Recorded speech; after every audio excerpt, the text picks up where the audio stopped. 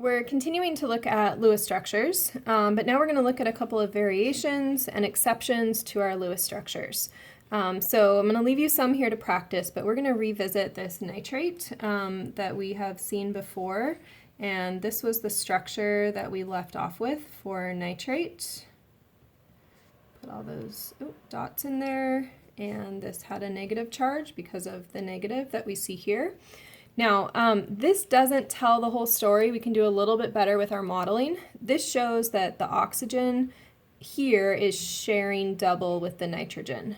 But in reality, we would find that that sharing is done by all three of these. Kind of like three kids all pitching in to help take care of their mom or dad. And so what we do is we draw resonance structures to show that that double bond, that extra sharing, is shared actually across all three of these. So I would draw two more resonance structures, and maybe you can kind of guess where I'm going with this. Now it's this oxygen's turn to share. So it's got two pairs. This one now has three. This one still has three brackets with a negative. So this would be a second resonance structure. And then now we're going to move that double bond over to the other oxygen. Kind of running out of space here, but double bond. So now I only have two electrons. This one here, here, and again brackets with a negative. Even if it's not an ion, we still use brackets when we draw these resonance structures.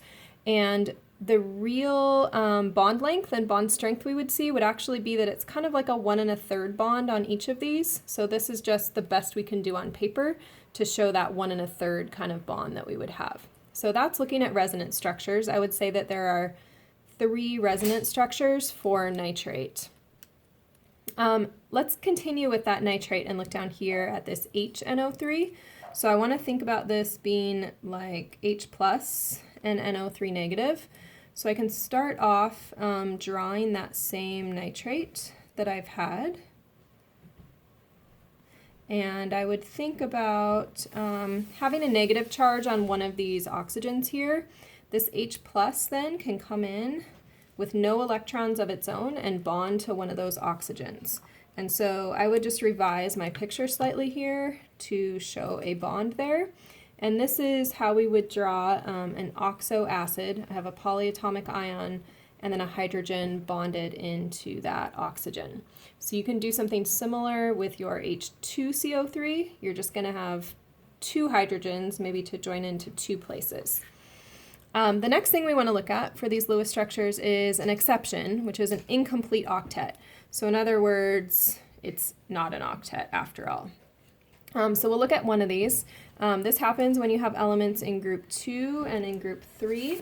So on the periodic table, that's going to be elements that are in group 2 and group 3 have these incomplete octets. So beryllium chloride, beryllium's in group 2, so it's got 2 valence electrons. Chloride has 7 because it's, or chlorine, because it's in group 7. So if I draw those electrons and then I form my bonds, this beryllium is okay with just those 4 electrons. Kind of okay. It's probably going to be pretty reactive, but this would be an acceptable Lewis structure where I don't have an octet because it's in group 2. Aluminum is in group 3, so you're going to see that it ends up with 6 electrons, and I'll let you go ahead and draw that out. The last type of Lewis structure kind of variation we want to see is where we have odd electrons. So far, everything we've done has had even numbers of electrons. These odd electron molecules are unstable. They're very reactive. You've maybe heard of them before. They're called free radicals. They're found in the atmosphere. Also, we get them in our blood a lot because we breathe in oxygen. And in these odd electron molecules, we're going to find that they're not quite able to get a whole octet for every atom. So the less electronegative atom is going to be the one that pulls less on electrons, and it ends up having less electrons.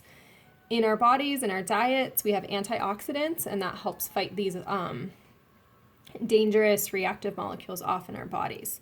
So let's take a look at nitrogen monoxide. So NO. Oxygen's got 6 valence electrons. Nitrogen's in group 5, so it has 5 valence electrons. And I'm going to go ahead and connect, single bond.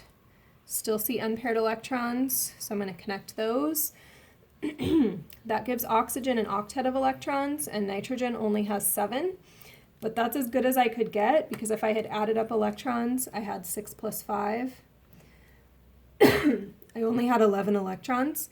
If I clean this structure up, I would have nitrogen and oxygen with that free radical or that unpaired electron and a double bond here.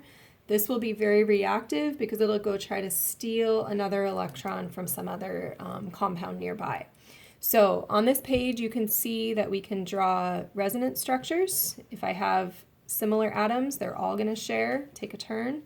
I can take my anions, my oxo anions, and add hydrogens to show what an acid